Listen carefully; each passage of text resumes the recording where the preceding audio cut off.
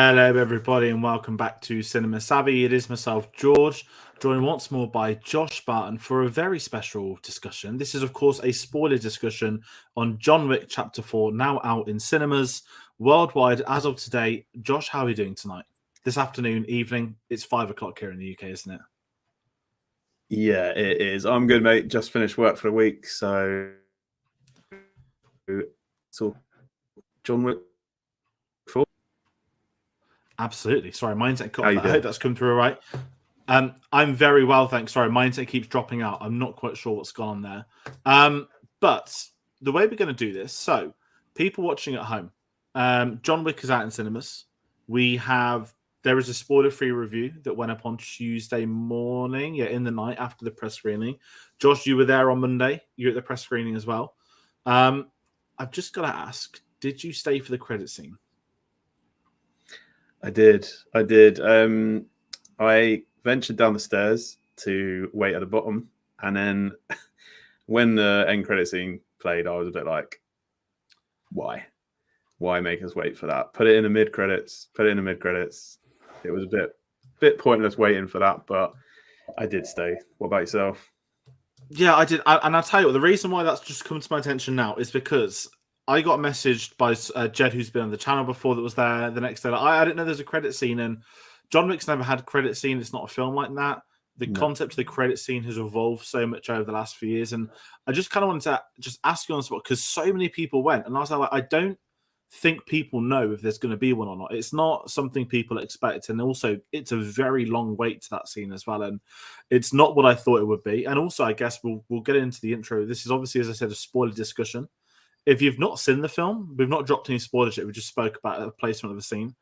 Go and watch it before you watch this. Watch the spoiler-free review. There's a lot more stuff being said in there that you can listen to, but this is going to go into the big story points, the big moments, the kills, the deaths, everything about it. It is one of those which is just going to be a lot of fun to talk about. And, with the film coming out this weekend, we've got some box office numbers for last night. It's looking very good in America. And the reception of this over the last few days has been extremely high as well. So there's a lot of good things happening with this film, with this release. And it's nice to be back on the big blockbuster scale. I know that Creed, I say a big blockbuster, this isn't a massive blockbuster, but it feels like the first event film of the year. Does that sound weird to say? No, it definitely does. Obviously, we've had 3 films before, and everyone was just really looking forward to this one, weren't they? I think you could kind of sense the anticipation in the room, and I think, like you said, it's the first press screening I've been to this year.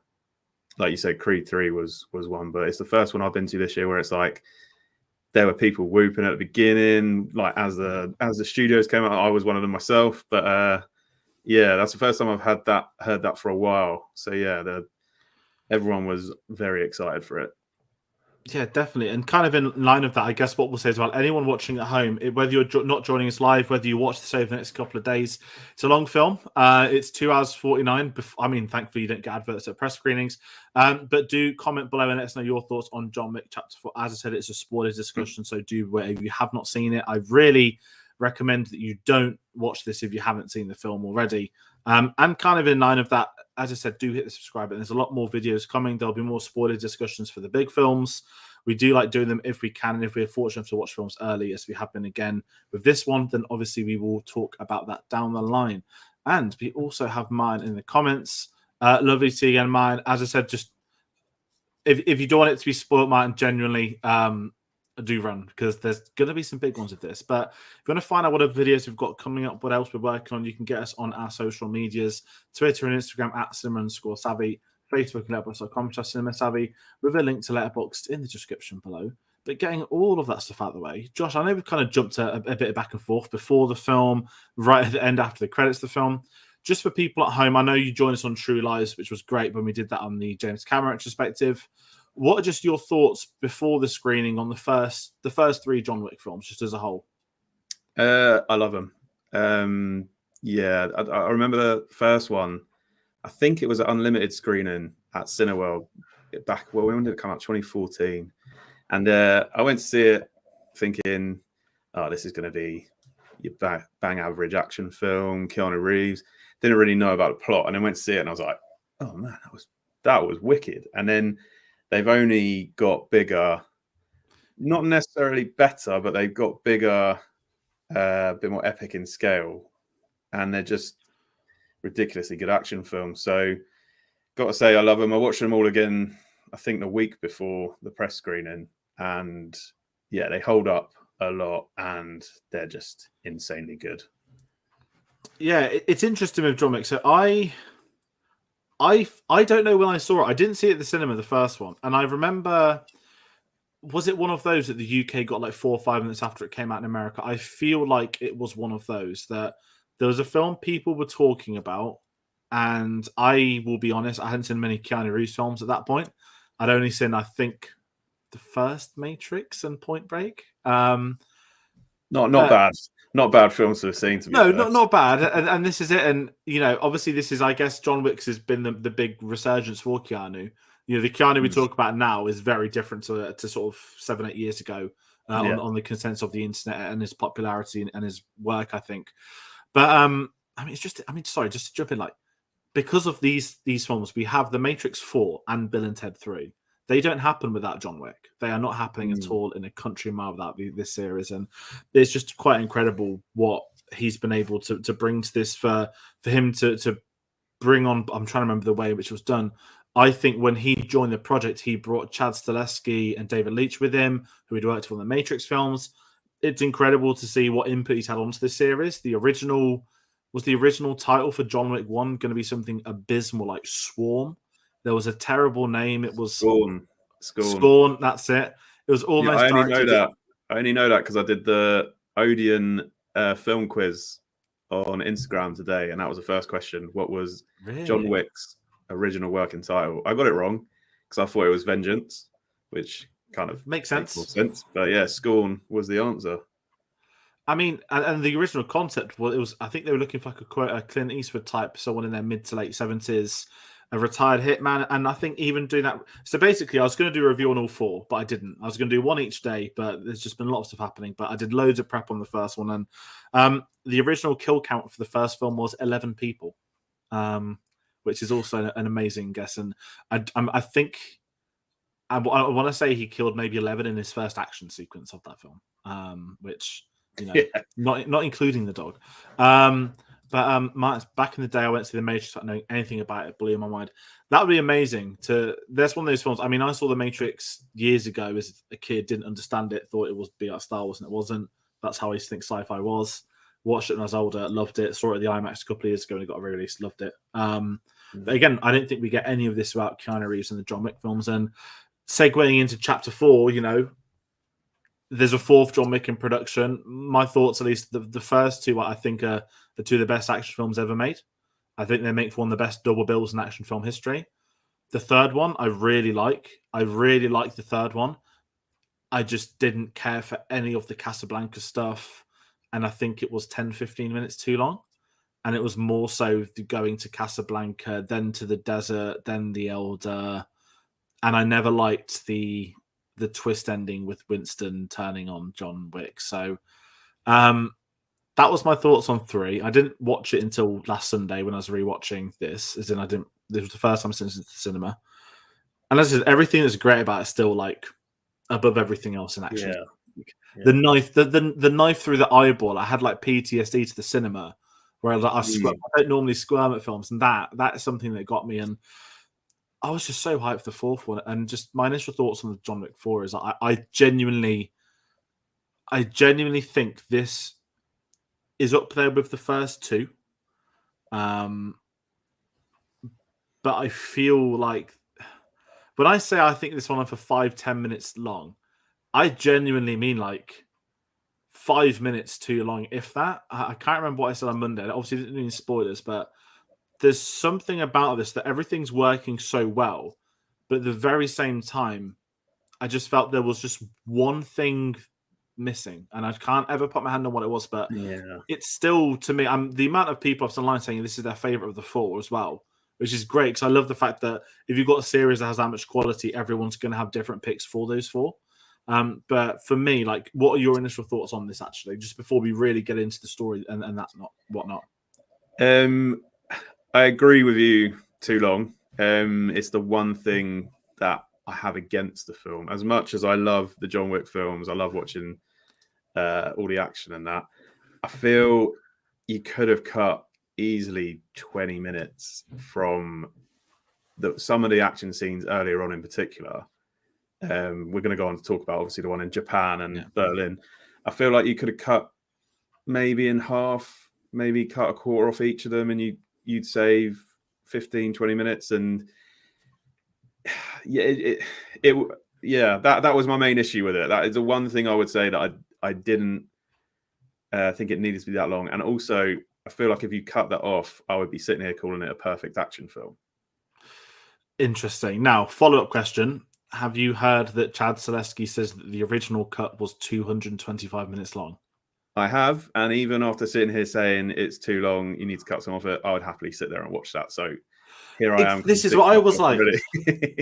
And that's the kind of amazing thing. Like, not that, I mean, Return of the King's, 4 hours 10 including credits, but someone said when it came out, John Wick Chapter 4 was almost 3 hours long. I was like, I'm in. It's got Donnie Yen, it's got Hiroki Sanada, it's got Keanu Reeves. You know, I was like, I'm in. It's John Wick. It's 3 hours, and I think because of how well paced the first two are as well, they've always used their running time to its advantage. And obviously, you know, the budget goes up with the third one, the popularity goes up, and everything. And I do want to see the 225-minute cut. It seems like it was a finished cut as well. That's the way I read the interview or how I interpreted it. It didn't seem like, I did a rough cut and it was 4 hours. It felt like it was meant to be this long, and it just can't be. Yeah. Has he hinted at how much of that is more action or how much is like scenes in between where they're obviously expanding the world, building on the lore they started? I think both. I genuinely think it's a bit of both, and I can kind of see it. We'll talk about some of those story beats because there are certainly some things where, certainly with how it starts as well, there are some things. I mean, what we'll do for people at home, this is the first proper spoiler review of the year, so I'm sort of remembering how to do them. If I'm being honest, we're not going to go through scene by scene, but we're going to go through in big moment by big moment. And within that story aspect, we'll obviously talk about individual things within that. So where we'll kind of kickstart, if we just go to the opening, because I had one of the biggest jump shocks of the year, which is when the fists, punches, the training thing. And I mean, it was at Cineworld in the, not NEC, it was Cineworld at Leicester Square. Anyone that's been to that IMAX knows it's one of the biggest screens in the country. I have never heard, and I've seen Star Wars films in there, I've seen Dune in there, I have never had a singular punch sending shockwaves throughout an entire IMAX. And I was just there like, they know what they're doing. Yep. They're setting this up. Everyone's in for the action. Everyone's in to have a really good time. And they just want this really slow. It just gets you in the mood, doesn't it? That he's slowly punching this thing, but every single person knows is like, okay, it's a John Wick film. Yeah, it's going to go down as jump scare of the year, isn't it, really? I think you're lying if you say it didn't get you, but it really got me. And then even the ones after that, because that IMAX screen is pretty insane when the sound as well. Every time he was hitting that board, I was like, this is going straight through me. And it's just, even though you knew it was coming, I was like, it's getting me every time. But yeah, the start of the film, as soon as he hit it the first time, you're like, okay, we're in for a John Wick film. This is what they're doing. Let's go. Exactly that. And then following that, I just want to talk about the high table. I mentioned that's something I didn't like, not the high table, the Elder. So they recast the actor of the Elder. There's no specifics as to why yet. Obviously, I'm just going to be very polite and say this shot during COVID. And we were robbed of maybe the greatest double bill. I mean, now both films are out. I know which one's better of the two, but the original John Wick 4 release date was the same as the Matrix 4. It was going to be the Keanu Reeves dub. It was going to be like I guess the closest thing we've had since that is the Oppenheimer Barbie discussions online that they're both coming out on the same day. Whether they do is the big question. But we get the Elder being killed immediately. This is going to change nothing. Kill him. Let's move on. Just me talking about that scene because I wasn't bothered about the Elder in John Wick 3. I'm not sitting here like a Star Wars fan being like, oh, people didn't like it. No. I just felt like not something they needed to do. People might deem it a bit convoluted the table, the high table. There's an elder. There's coins. There's new coins. There's markers and all this. And obviously, the general audience have followed it. They're loving it. These films are very highly regarded within action. But I do feel like the third one maybe went a slight step too far when it was, we've got to find someone to help me find the elder. We've got to find, now we found Halle Berry. We've got to find her boss to now help me find the elder. Then we've got Bronn from Game of Thrones, and he's going to now help us find the elder. And I think those bits with 3 lost me, and I'm glad they killed the new elder in the first. I say I'm glad he's dead. Obviously, story-wise, just, it's Keanu Reeves on a horse in a desert shooting people from a distance. Not a problem if that. People want to see that. And I just think they needed, to the basics of this film, it functions as John Wick's going to basically finally get his freedom. That's the situation of the film. He's going to get his freedom. How can we take the story there? Simplistic concept. Let's have a duel. You win, you're alive. You don't, you die. And I think they needed to simplify the story. So getting rid of that stuff, I think, really helps. And I think doing it so early, it enabled them to set the stakes of what was to come.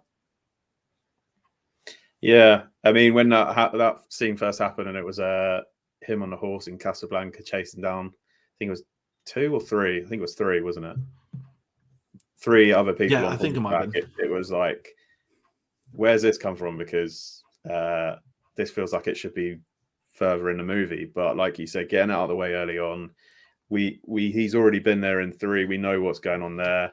We know what he's doing. Just let him get his. What was it? He was after the ring he chopped off. Was he? His wedding ring, wasn't it? Yeah, his wedding ring. He was after the ring he chopped off. So get that out of the way. Obviously, then kills the elder, which is obviously everyone's like, thank God he's done that, because he was a bit annoying in the third one.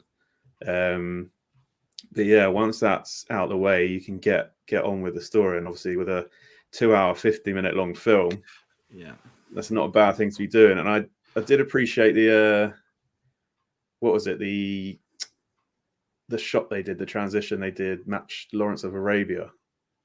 Did it? I've not seen it, to be fair. It's on the blown list. and matched the cow. It got a few giggles from behind me, and I dawned on me what it was, and I was like, oh, that's pretty cool, because it then cut to the chase on the horseback, and got that scene out of the way nice and early. So yeah, we were able to then move on and see the carnage ensue.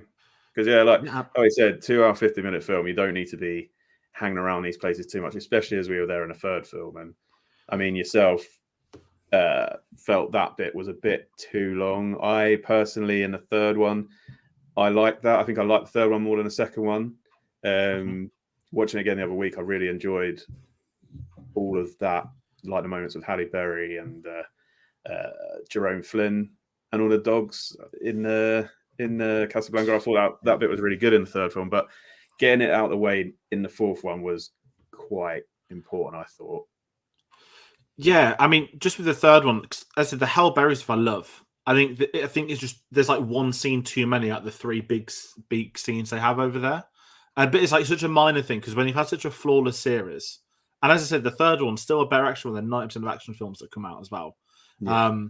And I think that's what's important with these John Wick films is that it has this, they're chapters. And I've said this before, I know the Prince Charles in London shows them. They literally all start one after the other. And I guess 3 to 4 is the first one where it's felt like there's a bit of a gap.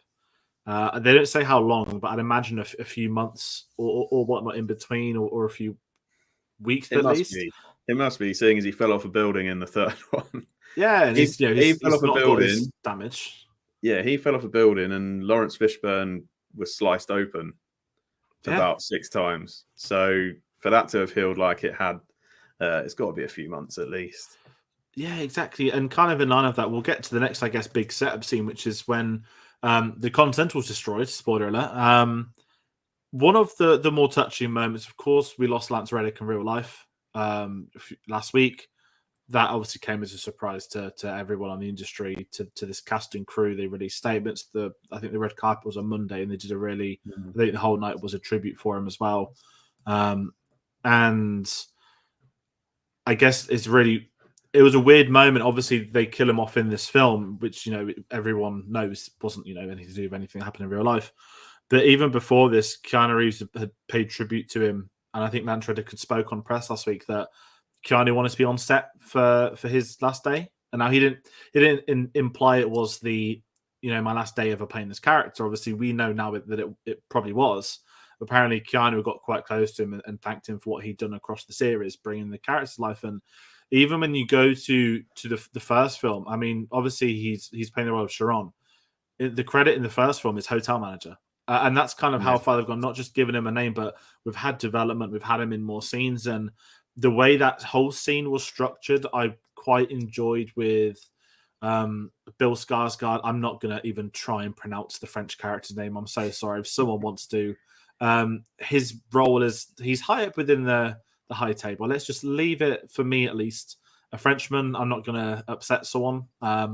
Skarsgård's domination of Hollywood continues, which is great. We'll get into him a little bit later, but even having him, it's the classic. If you've got a new villain, and I always go to Thanos for this, I'm not comparing Bill Skarsgård to Thanos, but what's his first scene of action? He batters the Hulk and kills Loki. And that was the way for the audience to see, okay, this person means business. And in this, killing the concierge who is choosing to be there, doesn't need to be there, just to send a message to Winston and to get back out to John Wick, to then destroy the Continental, knowing full well that Winston has betrayed John Wick. My mindset, again, because I didn't enjoy the ending of the third one too much, I was like, okay, brilliant, we're going to get them all back together now. And again, it felt like it's that opening scene that we're setting things up to come. We've got the new villain. We've seen what he's done. We've seen what's made him awful. And we're going to see people now choosing sides for this war that's going to come. How did you think to that whole premise? Because also, one last thing, I didn't realize I thought they were in the Continental, and I thought he had become the manager.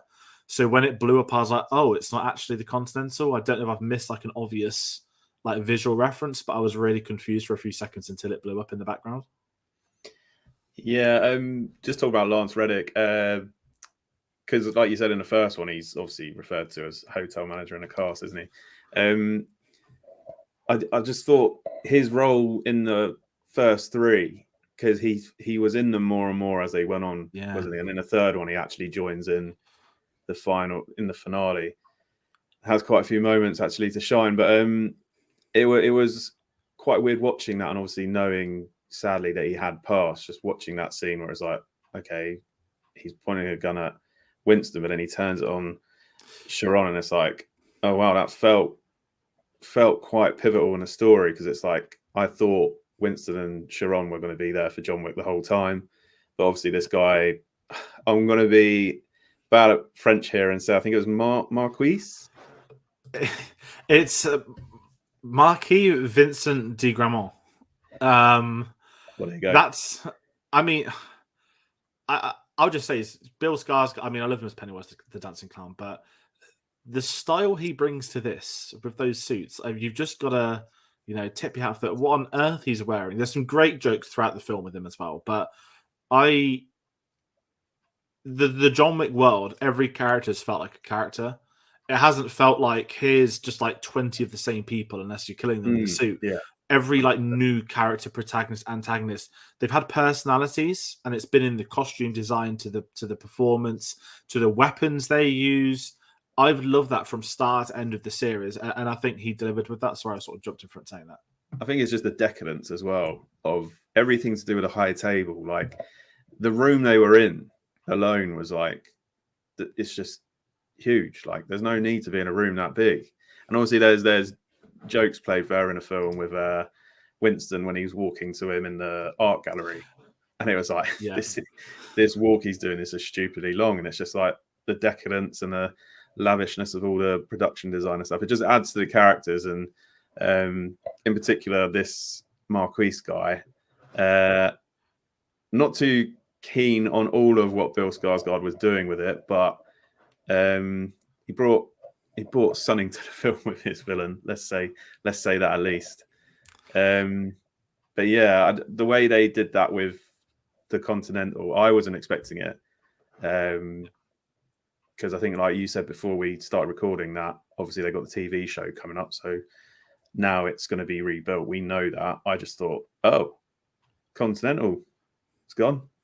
But obviously there's more around the world. We know that. But I thought it was going to be the New York one. But yeah, it's quite a bold move for them to do that, because the Continental sounds tacky to say, but it does feel like a character itself, just because it's just a place. It's ludicrous because it's just a place where all these assassins go, and they're killing people day by day, and then they're just so respectful to one another. They're like, "Oh, we're not allowed to kill in here, so yeah, it is what it is. I was trying to hit you, trying to kill you earlier, and now I'm just sat here like having a beer with you." It's just one of the things. It's amazing. That makes me laugh. Yeah, and it's the second one, isn't it? When oh god, I forgot the actor that played the original Django from the '60s appears in Rome, and he's like, John, I just have to ask, he says in Italian, "Are you here for the Pope?" And it's the way the subtitles come on screen, and when he says no, he then says, "Okay, get him the grand suite." And I think there's something about that makes it so much funnier. And this is the credit with the writers and the approaches that, with Chad Stahelski coming in, who is a stunt, he was a stuntman, and we've seen a lot more stuff again recently. Should stunts have an Oscar? I always say yes. Stunt choreography should be an Oscar within itself. I know there's the clip going viral of this, the stuntman being thrown down those escalators, which it's tough to watch. Even though we know it's a stuntman, it's still a tough watch when you see the real behind the scenes, not in film. And I just think their approach to making these films, this is John Wick, this is the cast. And I hate the term, we do it for the fans and the audience. I've always hated things like that. But I think the difference is these are all people that work in action. They enjoy working in action. And they want to show it to people. I don't think it's them saying, we want you to care about our well-being or this and that. I think it is genuinely, we know what fundamentally works as action, and that will translate into an audience caring. And I think that's what John Wick's done across all four of these. And again, with this one, we've got a 3-hour version of John Wick, and everyone that's up for it is like, yeah, because we just want to see a 3-hour version of John Wick. We just want to see him do it for 3 hours. And if you're not going into John Wick 4, I wonder if it's going to be different to the first 3. Of course it's not. It's chapter 4 for that very reason. And I think they know exactly what they're doing with the stunts, with the choreography, with the locations, with the supporting actors they choose to bring on board in this series. And kind of segueing into the first, I guess, big action sequence, big moment is when we go to Japan, when, again, like what these films have done so brilliantly over the other years, is when we see them in a new environment, in a new continental. I think it's in Osaka. And we get introduced to the first martial arts legend that's going to appear in this film, Hiroyuki Sanada, who I think has been done dirty by Hollywood a lot. I'm just going to say that. He never seems to have the roles that I think he should deserve. And now I know that he was in, they did a Mortal Kombat a couple of years ago, which was great in that for when he was in it. But he's one of those actors that it's not that you need to know the names of them. I know the general audience won't, but it's when he popped up in Endgame for 30 seconds. I was like, all right, you've just put Hiroyuki Sanada in that to be killed by Hawkeye in 30 seconds. I think the best thing I've seen him in Hollywood. I mean, does Last Samurai count as a Hollywood film? I guess so, to a point. He's in Last Samurai. He's in Last Samurai. The Wolverine. I liked him in the Wolverine. Yeah. He got great moments in there. He was in that not the awful one. What was the Batista Zack Snyder film? The one during lockdown, Power of the Dead. The one in Vegas. Army of the Dead. Army of the Dead. He was in that, and I was like, great. You got Hiroyuki Sanada, wasted again. And when he was cast in John Wick 4, I was like, finally, he's going to get his moment. And I loved him in this. And obviously, we've got to also talk about Rina. I can't pronounce the surname fully. Rina Sawayama, who I believe is a British musician, actually, which I didn't know. I saw a lot of people hyping her up before it came out. I'm not great with music, but everyone was really excited for it to be. And I loved, in the short scenes we had, their father-daughter relationship that would go on to be important for... I thought it would be the whole film, but it was just the opening act that we actually have the pair of them. And John Wick coming in and kind of his big introduction, which I loved with this, if we sort of get into just for the action sequence, but the fact is every single person he touches dies. Yeah. And I love this. We've gone from the myth of the boogeyman to there's actually consequences now to you being around people. And I just loved how they set up the big action sequence, let alone the action sequence itself. Yeah. Like you said, obviously he's like a curse to people now, isn't he? So obviously the daughter isn't very hospitable to him when she first sees him. And then obviously when the men from the high table turn up, you kind of know what's going to happen. It's going to kick off. But I think the build up to it, obviously, with John Wick turning up there, he obviously knows. What's the character's name? Donnie Yen. No, Kane? because he knows Shimatsu, Hiroyuki Sanada's character. He knows him, doesn't he, from the past? So it's yeah, it's kind of like, what was I saying? It's like that respectful relationship. Yeah, he can him, but yeah. But then, like I said before, about obviously all of the assassins seem to have respect for each other in terms of like they can go into the continental hotels and just sit there and chat to each other willy nilly. So he goes to Japan and obviously seeks out help from this character, and obviously his daughter's not wanting him there. Just ramping that up itself, and then seeing the guys turn up, she tells the hotel staff to get rid of everyone, doesn't she? She's like, just get everyone out of here. Yeah. We know what's about to happen. And everyone in the audience is just like, we're going to get to it. But I think what these films do well is they kind of build the relationships between the new characters, especially when they come in, because it's like they could easily just be a character that's there, like, oh, we see him for 10 minutes, he gets into a fight and he's gone. But we feel like we really know these characters when they come into this world, which I really appreciate, because it just adds weight to every action scene rather than just being action scene after action scene. There's something at stake in each one. Yeah, and I think with the series as a whole, you go back and Willem Dafoe in the first one, which is such an underrated role that he is sort of the angel, like watching over him, keeping him alive. And the second one, you've got Common, which is that great moment when he sees him and is like, "You working?" It's the language they have for one another, and he's like, "You working tonight, John?" And he's like, "Unfortunately," he's like, "Good night." Unfortunately, and it's like they all know what that means, and it just makes it so they're not messing around with it. They're not trying to be smart. They're not trying to weave the I mean, it's not a dig at Mission Impossible, but there's no face mask being ripped off to do plot twist after plot twist. It is exactly how it needs to be. It's just people violently going for each other, and kind of with how they built the sequence up. Even the walk we have of Shimizu coming through to upstairs. We see the sumo wrestler guards. Yeah. We see everyone at the table. We see people training. It's the perfection of action. It is setting up everything inadvertently that, we assume we might see them. I didn't expect 30 seconds later, every single person to be going in there, going down and ready for the fight. And it's the way they shoot these scenes, the way they shoot these sequences. They're very good at setting things up. And then I think what delivers is, of course, they know how to do the action. You can have the best setup in the world. If you've got a terrible action sequence, no one's going to care. But their action delivers on the build-up, and the action is a payoff to that build-up within itself. And just the way it panned out, it's hard to talk about the specifics of the action scenes.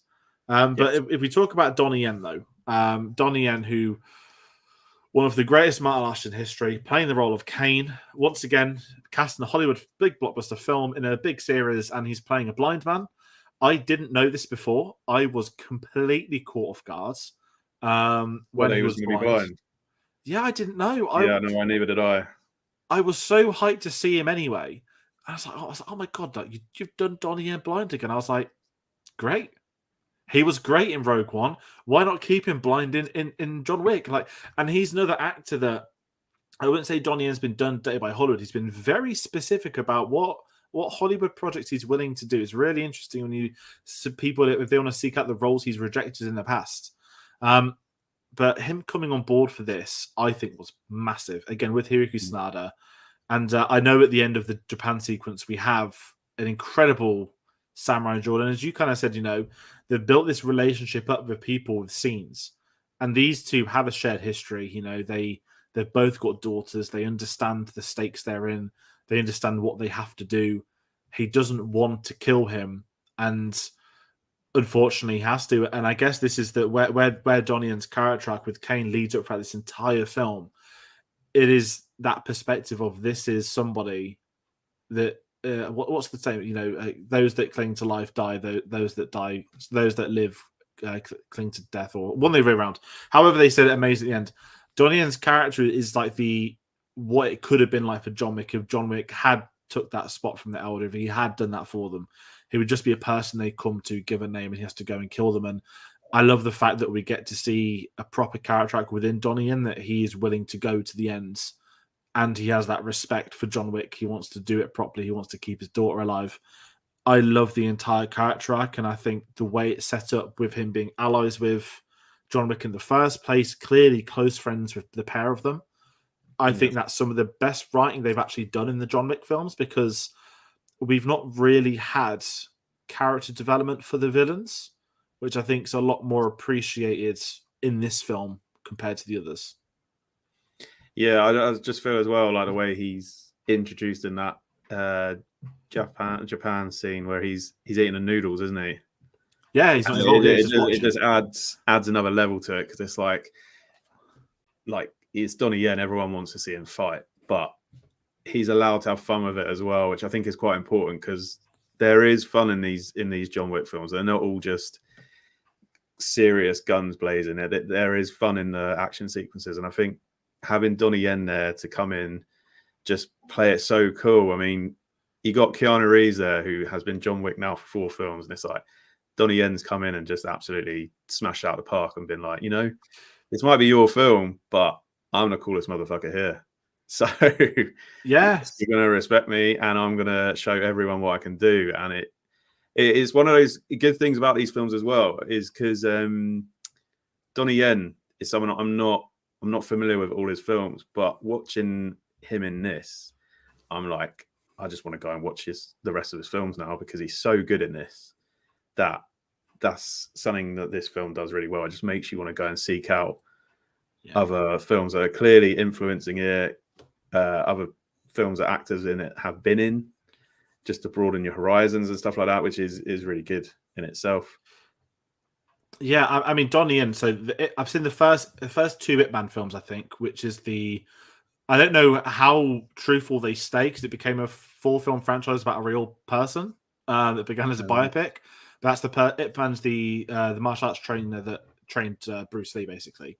So Donnie Yen played that, and the film I've got, which I'm going to watch this weekend, is called Hero, which is him, Jet Li, and oh god, I think there's 1 or 2 other martial arts people. But Donnie Yen's had a very interesting career, and that he's not done many American films.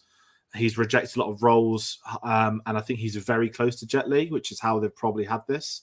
I think he might have been in one of the Blade films. I haven't actually seen them, but he's in his I want to say he's in his late 40s, early 50s, but just getting him in this sequence, and I know who's at the Oscars every week. And I remember, do you remember those bottle cap challenges when people would like spin the lid off a bottle? I'm pretty sure he did it blindfolded, and he kicked the lid off a water bottle, and the water bottle didn't move. It was one of those insane martial arts things, and I've just absolutely loved him from the films I've seen him in. And again, it's just bringing the right actors into the John Wick series. Yeah, and that's where I've loved that they've clearly took the time and effort to cast the right people, create the right characters, and even following up the Osaka stuff. I don't know if you want to talk about Berlin yet, or if you've got much more to say on Osaka. That just the samurai duel within itself was just I mean the samurai duel, but when I said earlier about I would cut some of the action out, obviously I was enjoying it, but I didn't realize I knew how long the film was. But then when that action was happening, I was like, okay, he's shooting so many people, which is fun to watch, but at the same time, it's getting a bit monotonous. And then the nunchuck came out, and I was like, okay, he's got nunchucks now. And when he repeatedly bashed that guy's head in, and I think it went with the music as well.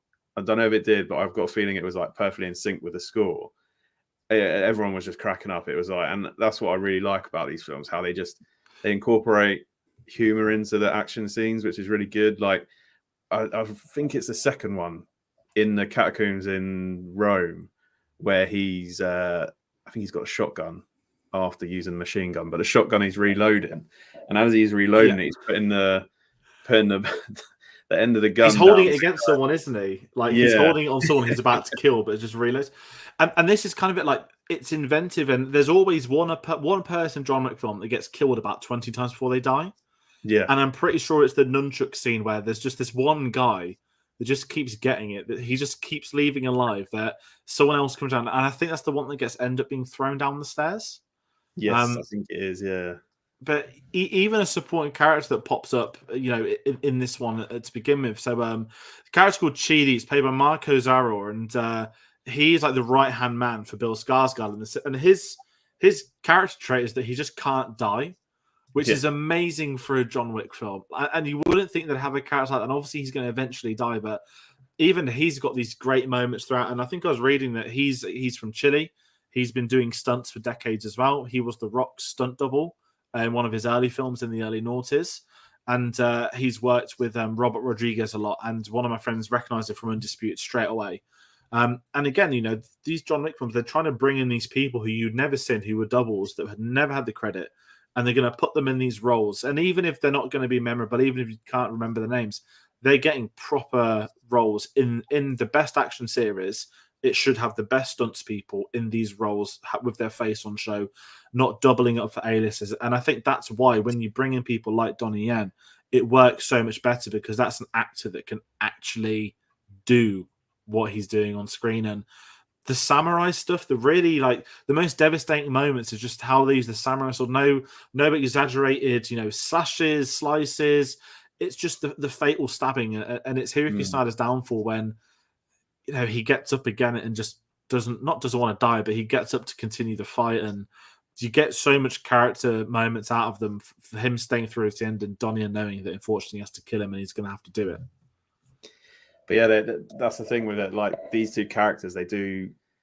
I mean, Donnie Yen's in it a lot more, but to get so much out of them both in 15, 20-minute sequence is like I could easily watch a spin-off film of those two back in the day, and it's like testament to the film itself for how they bring that about through the film. It could easily be throwaway. It could easily be like, oh, here's two guys having a sword fight. But like you said, the subtlety of the killing stroke, should we say, is just this. Everything about it is just so technically great. Like it's not just we're going to go all guns blazing with swords here and just have it out for 10 minutes. It's a relatively short fight for the film it's in, but it's so effective. And obviously you got the whole, his daughter's watching, she can't help, she wants to help, she tries to help, but she's told don't, or basically she said don't, or I'll have to kill you as well. And it's just like, it's so moving, and you just don't expect to kind of see that in a John Wick film as well.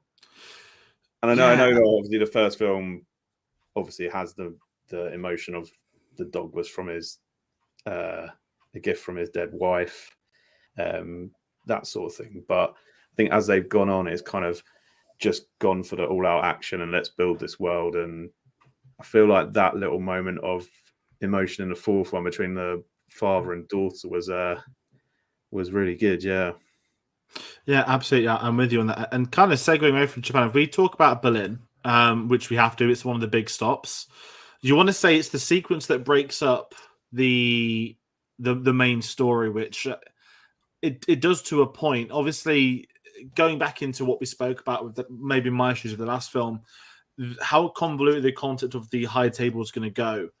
As I mentioned with this one, it was in the trailers, which is why I was surprised it took so long to come up in the film. The simple duel: if you win, you live. If you die, you die. But you'll get your freedom if you win.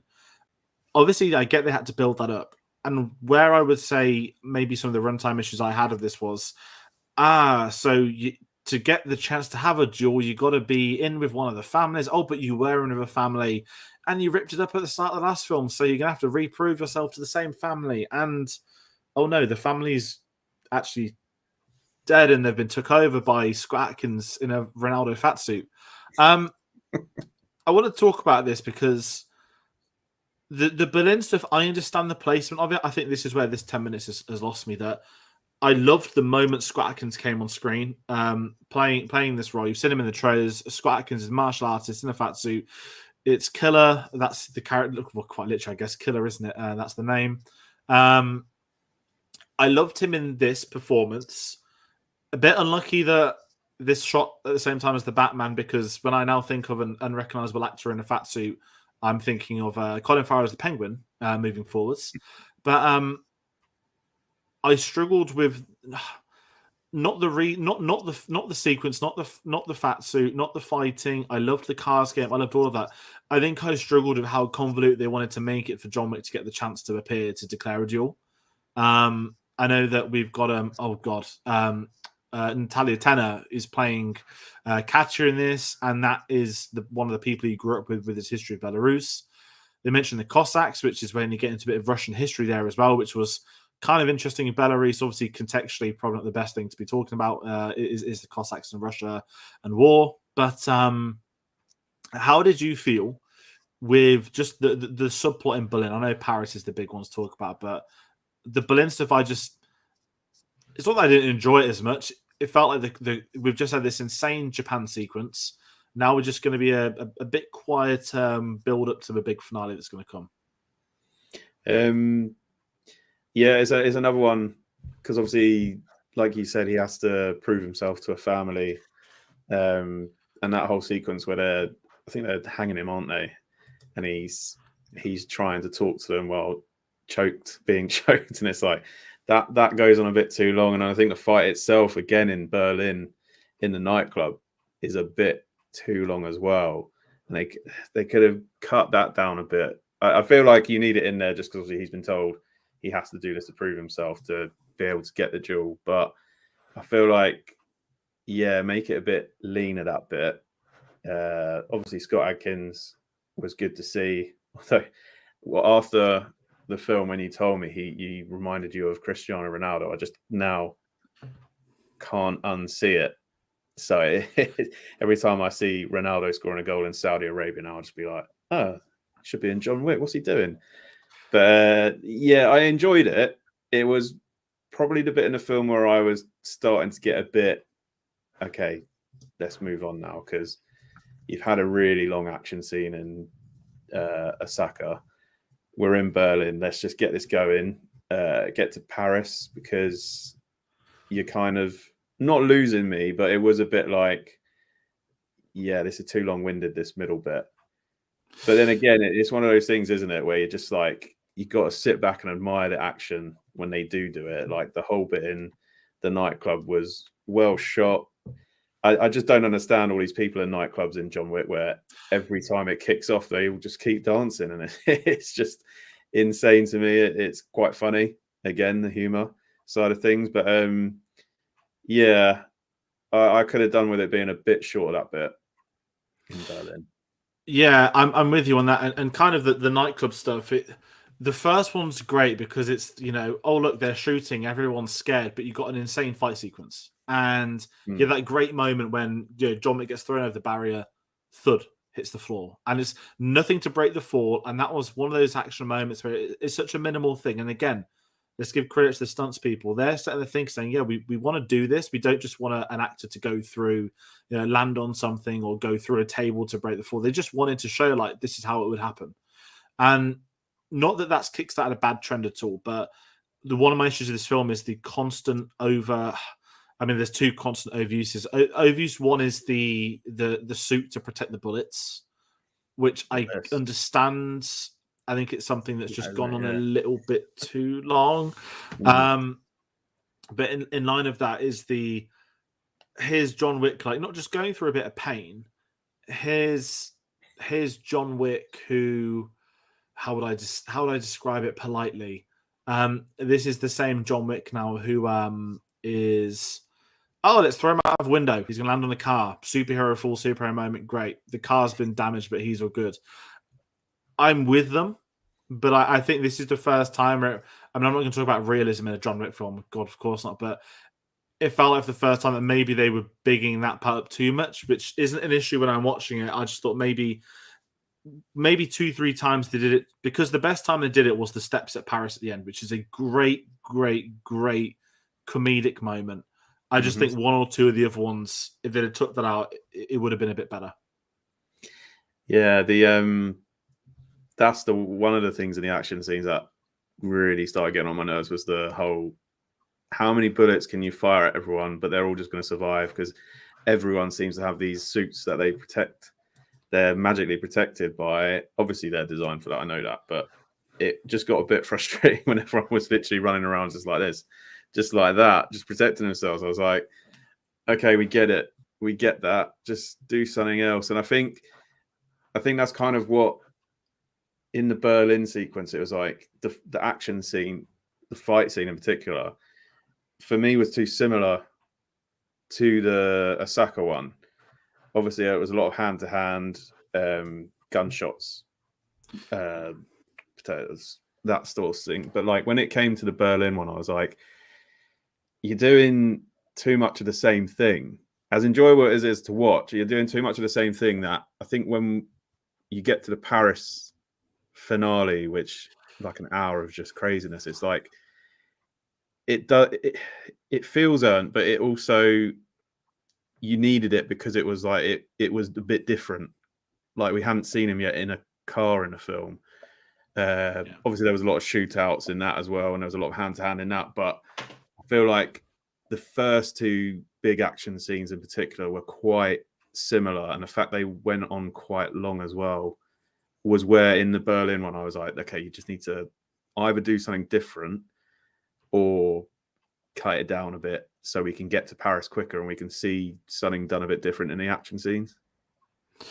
Yeah, no, I'm with you on that. And I think that's a really good point getting into Paris, is that I think Robbie Collin from the Times timed it. I think he claimed it was about, he basically looked at his watch just as Paris began and ended. And the actual action finale takes 47 minutes to do, which is insane. And I know that's split up into three subsections. You've got the Champs-Elysees, you've got the house, you've got the fight in the house, and I guess you've got the stairs. And I will say, again, as you'd expect with John Wick film, the stunt choreography is through the roof. The action is incredible. The build-up to the action, as I mentioned earlier, it's about what you're going to set things up. Then we're seeing the montage of all the assassins getting their equipment. Yeah. And we just see this. What's this shell called? And it's like dragon breath. It's okay. If you didn't get what that might be by this point, let's just shoot a suit and we can see its reaction. It burns the suit as well. Everything they set up just comes into play so well. And I know the third one did that quite well when he's on the run in New York, and it felt a bit like that. But the Champs-Elysees stuff, I think because of Berlin, the stuff on the Champs-Elysees, the cars and the roundabout, that went on maybe a couple of minutes too long. Again, the action choreography is great. I might be in a minority in saying that, but I just felt there were like one or two sequences that just overstayed its welcome ever so slightly, and that was one of them. A great concept for a fight. How do you fight on a roundabout that just doesn't stop? Some great comedic moments, great choreography. Someone not spoke about is Mr. Nobody. Awkward name because, you know, there's a Mr. Nobody in the Fast and Furious films, but played by Shamir Anderson. Now, I don't know anything about this character. I haven't seen him in anything he's been in. I know he's been in Invasion, which has been a very successful TV series. But I loved his character arc in this. Just to quickly bring him up, because I know we haven't yet, and I forgot about him in the spoiler-free review. I love this idea that he's known John Wick where he's from day one, and he's only keeping him alive to build up to getting the highest possible bounty. I love that more than anything else they've done. That felt like one of the most exciting things of this film. At what point is that bounty going to keep going up? And they wait until the right moments to have Bill Skarsgård panicking, to have him pull the hand through. And the John Wick series coming full circle, and John Wick lets him live to save his dog. Even though it looked like a hyena at times, it is a dog. And ultimately, he ends up keeping John Wick alive. And knowing the price of that dog ended up being like $40 million, was it? Or $35 million? I loved that because this is a character that clearly would be killed by John Wick, that has no chance against John Wick. And I like the fact that we just saw this humanity within John Wick for this sequence. And just the way it ends with them all as well. I loved him in this. Because I didn't know, I guess because I hadn't seen him and stuff, and there's so much tension on Donnie and so much tension on the other characters, I just didn't think that we'd have someone else pop up who, equally like the others, has a distinct personality, a distinct costume, design, action sequences, and a welcome addition to the John Wick films. And knowing the John Wick films, they'll probably be like, he's going to get his own series now. Yeah, I could see that happening because he was pretty popular, judging by the reaction on a Monday night. And again, it just goes to show that when they add characters in these films, no matter how obviously he played a larger part, but like he feels like a character, doesn't he? Like he opens his notebook. He's clearly obsessed with where John Wick is, and he has that. It's like a totalizer thing, isn't it? Where it goes up to the 50 million, and it's like, now we know why he's doing this. He could kill John Wick, but he wants to keep him alive to maximize how much he can make, and it's like that. That's cool to have a character doing that rather than just be like, oh, I need to kill him. I need to kill him, because he could have easily just been a one-note character who's like man with his dog. He's there to kill him, and he gets away a few times. But the fact he's actually letting John Wick get away just adds another element to it. Because I think that first time he sees him in Osaka, and his dog jumps out of the dark, and then he kills that guy, and he starts saying to John Wick, he goes, I know where you are. Time is running out for you. John Wick just looks at him a bit like, not another guy. Like, I've got to deal with this guy as well, and he just runs off. Yeah. I did enjoy this guy's performance, and I mean, I could see it, the spin-off. I mean, we're already getting a ballerina spin-off, aren't we? And Continental, so who's to say he won't pop up in either of those? And I think, kind of in line with the John Wick films, about getting into the future, just the concept of spin-offs in John Wick, I really don't mind it. Because these characters, it's not like Fast and Furious and Hobbs and Shaw. I mean, we know that The Rock loves taking franchises and making them his own. If you haven't paid attention to the news the last week or in October, or maybe even Hobbs and Shaw when he fell out of Tyrese and Vin Diesel. But because there's that personality, we mentioned earlier the Continental, right? The Continental felt like a character. That series, I know it's going to be a prequel now, and for some reason it's got Mel Gibson. No one knows why.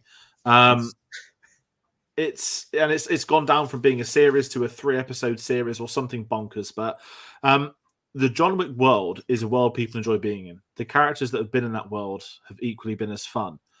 And I'm not saying give them a show, but when the original concept of Continental was it's going to be set in modern day and we'll see the lives of other assassins, people were really up for that. And this is who I'd love to see something about this, just an episode or two, or just something different, because they've made this great world. They've got incredible people working on it. I guess Ballerina's the first real big test of what will people care about. Do they want to see this? I know we've got Anna Dimas, which is going to be amazing, but it is one of those big questions that can the John Wick, universe not have John Wick in it? I think it can, and it'll be interesting to see what comes. But as I say, they keep making great characters who you want to see more of. And when you want to see more of these, even when we mentioned sort of Lance Reddick earlier, that's a hotel manager from 3 films ago, and that we've grown to have an affection towards, as a character, aside from the performer, and even Winston of Ian McShane. And if people look into how that first one was made, that they were just finding actors that were available for 2 weeks that just happened to be in New York. It's almost low-key guerrilla filmmaking, and yet to some of these, this might be one of their biggest roles of their lives, which is crazy to think about in such a short time. But heading back into Paris, though, for this, I want to talk about I mentioned Miss Nobody and that warehouse/building sequence. The tracking shot, third person above the set, is probably one of the best shots in action history. I mean, technically the shot went on for about 3 minutes, but I need to know how they made it. Was it one take? Was it an insanely choreographed thing? I'm gonna potentially mug myself off and say no. There are certain moments when they go through a door frame, you could imagine they would be. You know how they shot 917, wouldn't they? That they'd go into like a new room, and you could see that's where they would make the right cut. Yes. But maybe hopefully I'm wrong, and it actually is the greatest 3-4 minute sequence they've ever done or had to film. But just it felt like like those games when you're younger. I guess they're like DS ones or like handheld consoles, when it's like point of view. It's like the Pokemon ones back in the day, when you walk around and control them with arrows. This was just like John Wick doing that through rooms, just killing everybody in them. Yeah, and I just thought that sequence, that shot was just sensational, and it just felt like something we've not had before. And that's what we want from these action films. We don't want a repeat of the first 3 John Wick films. We just want to see something else, which we got. Yeah, I mean, even within the film, this film itself, it just felt totally different to anything we'd seen, and it was just like, okay, he's still shooting people, obviously with the Dragon Breath shotgun, but it's just something different. And yeah, it was wicked. Just as soon as it started, it was just like, okay, just the way they're moving in and out of these rooms, tracking it from above. And then is it Mr. Nobody and the dog come into it halfway through, or are they in it from the start? I think it's halfway through, and then you see the dog running around as well, and then he's there. I was like, wow, the way they're ramping this up is just brilliant. Got the Bills, one of the highlights of the franchise for sure. Yeah, I mean, and even in this insane scene, you've got a comedy sketch. You've got Bill Skarsgård on the phone, and it's just again, the audience likes it. This isn't. I don't want to make a dig at Marvel. This isn't like his pointless, irrelevant humor that has nothing to do with what you're watching or seeing. This is something they built up at the start of the film. I want the money to get higher, and I'll do it. It's been this nobody's trait. It's cost him, a bit of blood already with the weird handshake earlier. He wants that extra money, and just Bill Skarsgård, this throwing the phone on the floor, then having a servant bring out like a handheld old school phone. It was so well done, and again, it's funny. But it's the right comedy. There's not too much of it, and also it plays into the character of Mr. Nobody. And up to that moment where he just decided to let John Wick live, is that he wants to see him walk up those steps. And God, the step sequence within itself. One of the biggest laughs was just the camera panning up to see how many steps there were. I just thought it's like a final battle of a game, isn't it? That's all I can really say. Yeah, I mean, you're watching it just like, no way he's gonna make it up those stairs, and then they all come out, don't they, of the shadows, and it's like you just feel it. You feel everything John Wick's feeling. We've been there nearly 2.5 hours at this point. It's like, oh, we're exhausted. He must be absolutely shattered, but let's go, John, let's go. And just the way it just pans out, that bit where he gets kicked down and he just keeps going. Yeah. Like, obviously, the stunt work is just immense in that scene alone, but just that bit where he falls down the stairs, amazing. I don't think I'll hear a bigger laugh at a film this year, to be fair. No, and that's kind of it. And the way it goes, even at the bottom, is the person to be there. I thought it'd be Miss Nobody, but the fact it was Donnie Yen, I was like, like he's not going to break the high table, and it's just him. Like he's like, I just need to get you to the top so I can have that duel with you now. Yeah. And some of those shots of them sitting at the top of the steps, you could just hear the gunfire, you could hear the killing, and Clancy Brown, who's in this in a really limited role, he's great from the very short moments we spend with him. That you can just tell, like he just doesn't like Bill Skarsgård. He just wants to go home and be done with it all, and. Just the step. I mean, Donnie Yen kills someone with the pencil as well. Like we get everything in this, and it is just an amazing action set piece. And as you said, it's exhausting. And this is kind of why it's harder to be frustrated for me at the runtime, because it's almost playing in hand. Like, yes, we know you've also been here for so long, and yes, we know we've got to get up these stairs, and the pain of going down them again and again and again and again. And I just thought they handled this so well, and even when you get to the top. And I think this is what compensates the ending of this film. The fact it is an old school duel. It is almost a Western. 30 paces forward. A really slow burn final duel, which I think the film needs after what you've had for the previous 2.5 hours. And credits them for doing that. Credits them for not trying to have Donnie Yen fight him, hand to hand or anything like that. We've seen that once already, but I just think the structure in which they engineered the final battle.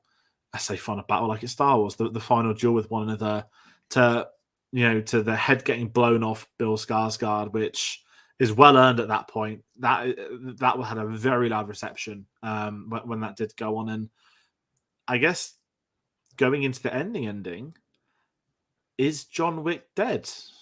He's had his piece. Donnie Yen has been granted freedom as well. Ian McShane, we're going to rebuild the Continental brick by brick. And John Wick goes out on the steps. What do you think? To me, it felt, and I mean this in a complimentary manner, very Dark Knight Rises. We've had the death, we've had the funeral. I was expecting them to go to like a cafe in France, and it's going to be like John Wick nodding his head over at Winston as he's coming on his annual holiday. The ending itself, for me, I loved. John Wick's a character that I just don't think can keep doing cliffhangers. I know he spoke about having a break after a fourth film. Not saying there's not going to be a fifth, not saying there is or isn't going to be a fifth film, but they ended it appropriately. And the reason for me I don't think he's dead is because when they're at the funeral, the dog twitches its head and looks around like it's seen him. And it's a very quick cut, but it's on the dog. It's not the dog in a long shot of everyone there. It's a very, very specifically placed shot. And I think it is their way of not only leaving it open to interpretation. If he doesn't do another film, we'll never know. But the only way you can leave someone like John Wick in peace is resting in peace, isn't it? And I just thought it was the right way to end it for him. Yeah, I said to you earlier, I was leaning more towards him being alive than dead, but I feel like being 50-50 on this, because obviously it could be a fake out situation, but I feel like it might be better if he is actually dead, because this feels like a great way to end his run of films. Obviously, he might appear in Ballerina. I think that's been rumored, or I don't know if it's even been confirmed. Yeah, Maybe, it is. Yeah.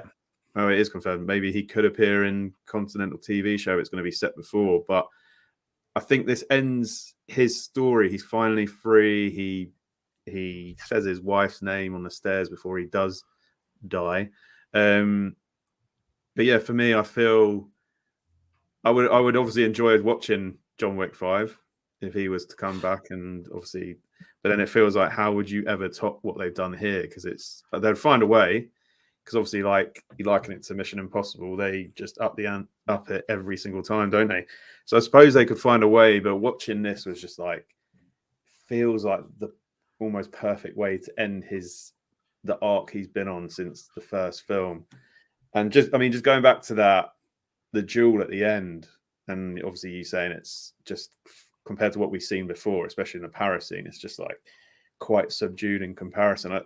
I did like how it was so like heavily influenced by all the westerns, and I think in particular just hearing that, I think they're paying a bit of homage to Good, the Bad, and the Ugly in the score as well, without ripping it off completely. I definitely heard some of that in there, and I was like, okay, I really like what they're doing here, because we don't, like you said, we don't need to see him and Donnie Yen fight each other, because we've seen that before. They've just had an absolute nightmare getting up all those stairs. So doing the duel the way they did, obviously Bill Skarsgård getting his face absolutely blown open, and him sitting there going, consequences. Yeah. It's a great callback to what you were saying about earlier, where obviously everything he touches dies, and obviously it's just showing the consequences. So when he delivered that line, because I was watching it and I was like, there's a few lines in it where Keanu Reeves himself, we know he's not the best actor, but there's a few times where I was watching it just like, oh, that just doesn't sound right. But a few times where he said the yeah or the consequences, it's just perfect the way he delivers that. But yeah, I'm 50-50 on whether he's dead or alive. I would like to see him in more, but on the other hand, it seems like the perfect way to just end this story, really. Exactly that. And I think if you bring him back, you've got to justify how do you bring him back again? He got brought back in the first one. He got brought back in the second one. How would you do it in a fifth one? And, he's had his piece. And I think that's a big thing. And I know that Ballerina, I think they said it's going to be set between John Wick 3 and 4, which I guess really? makes a lot of sense. To have him have a cameo, I guess makes sense for him to have been in there. And it will be interesting to see what they do with that film. And it'll be exciting nonetheless. And as you said, if the 50-50 ending works, and I think that's why I like it more, that it's not a definite he's alive. I'd like to think he is. Not in the sense of I'd scream like a fanboy if he isn't, but his character, if he's going to go, that's the way for him to go. And, the fact he still beat the high table, he's beat them all. And I love that some of the ideas in this film are, we can't allow martyrs out of us. We can't allow someone to like they've overstepped the high table. There's so many great little things in there. And, I just think the ending of which it delivered for it, and it was the best way. Again, after that insane final set piece is the best way to do it. A duel on the top, and even Donnie Yen having his moment, having his way out. I thought it's a great way to end it. And kind of following into that, if we want to talk, just as we start wrapping up, do you have a favorite scene of the film? It's the stairs for me. The stairs in Paris. because it that comedic moment where he keeps falling. Obviously, you're watching it just like, but I just think the way it escalates to the point where it's like, oh my god, how the hell is he meant to survive this? It's John Wick, but how is he meant to survive?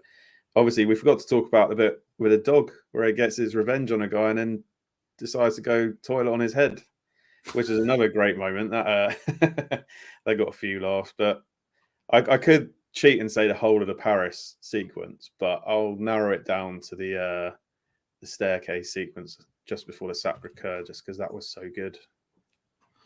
Yes. Oh god, yeah, it is. I think my favorite scene.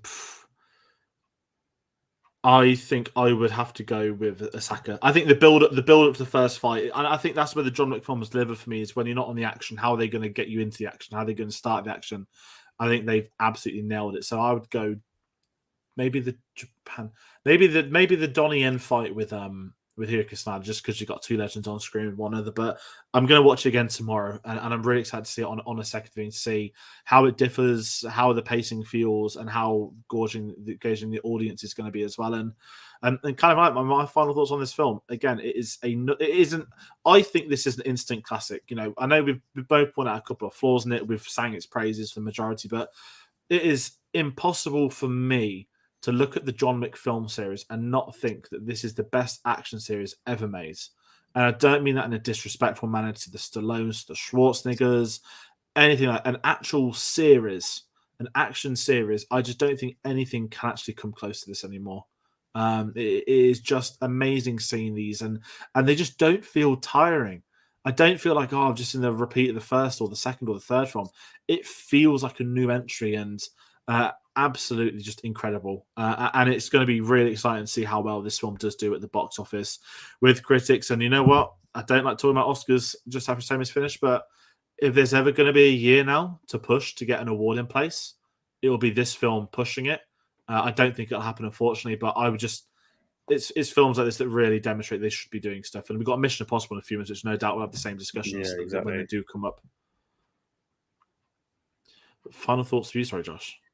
Yeah, I mean, it just cements itself, doesn't it, as one of the greatest action franchises of all time, I would say. I mean, all four of them, I think I've rated the same. And like I said, if this one had a little bit cut out of earlier action scenes, I think I'd be calling it perfect, giving it 5 stars, just wanting to go see it 2-3 more times. But just the fact they're all on such a consistent level after 4 films even is something that should be praised, because these films could easily get tiresome. The first one was about him getting revenge after his dog died, so you could be like, okay, what the hell? But the fact they've just dedicated themselves to making delivering such good action, because it is people that have worked in stunts before. It's them putting themselves in the spotlight and just delivering spectacle that is well worth seeing in the cinema. I mean, I wouldn't quite say it's my favorite action franchise, because I think the Raid 1 and 2 for me, I think they're both, I would call them both perfect action films, and the stuff in those is insane as well. But this is a very, very well-earned second spot for me. And yeah, this one alone cut a little bit out, but it's near perfect, quite honestly. Definitely, no, I'm glad to that. And it's been amazing getting you back on this. I know watched together. I met you last week about coming on, and it's been great discussing this with you. I know you've been rewatching them, and that being said, everybody else at home, if you're watching it in the future, let us know your thoughts on John Wick 4. Please do comment below. If you think he's live, if you think he's not, what your thoughts are on it as a series. Are there better action series? If we missed something obvious, do let us know. And if you do enjoy this video, do hit that subscribe button. We've got a lot more blockbusters coming out this year. This year's a pretty packed year. March has been a very busy month on the channel. And April's going to be a lot of Star Wars stuff. We're building up to Star Wars Celebration. We've got videos coming. Again, this Sunday we'll be live with a live stream for the Journey to, when we start continuing our guide of what to look out for at the event. But aside from it, there'll be a lot of other videos, so please do check them out. And if you want to find us on social media, so you can get them below. Twitter and Instagram at cinema_savvy, Facebook and letterboxd.com/cinemasavvy, with a link to Redbubble in the description if you want to help pick up any merch. As I said, Star Wars stuff at the moment. Mandalorian on Wednesday. Bad Batch Season 2 finishes next week. New releases wise, there's a few out I need to watch. I'm so behind at the moment. Rye Lane's one I'd really like to see. Martin's Pert, if you get to watch something, do watch Champions. I've seen trailers for that. I was meant to watch it but missed it. And it's going to be one of those. We're heading into one of the busiest summers in quite a few years for film. So there's going to be a lot of things. And as always, Josh, thank you for coming on. I've got a link in the description for your social media. Twitter at Barton Reviews. So everybody, please do follow him in there as well. And it'd be lovely to get you back on in the future. But aside from that, that's going to round out for today. Once again, thank you all for watching, and we'll see you on the next one. Take care.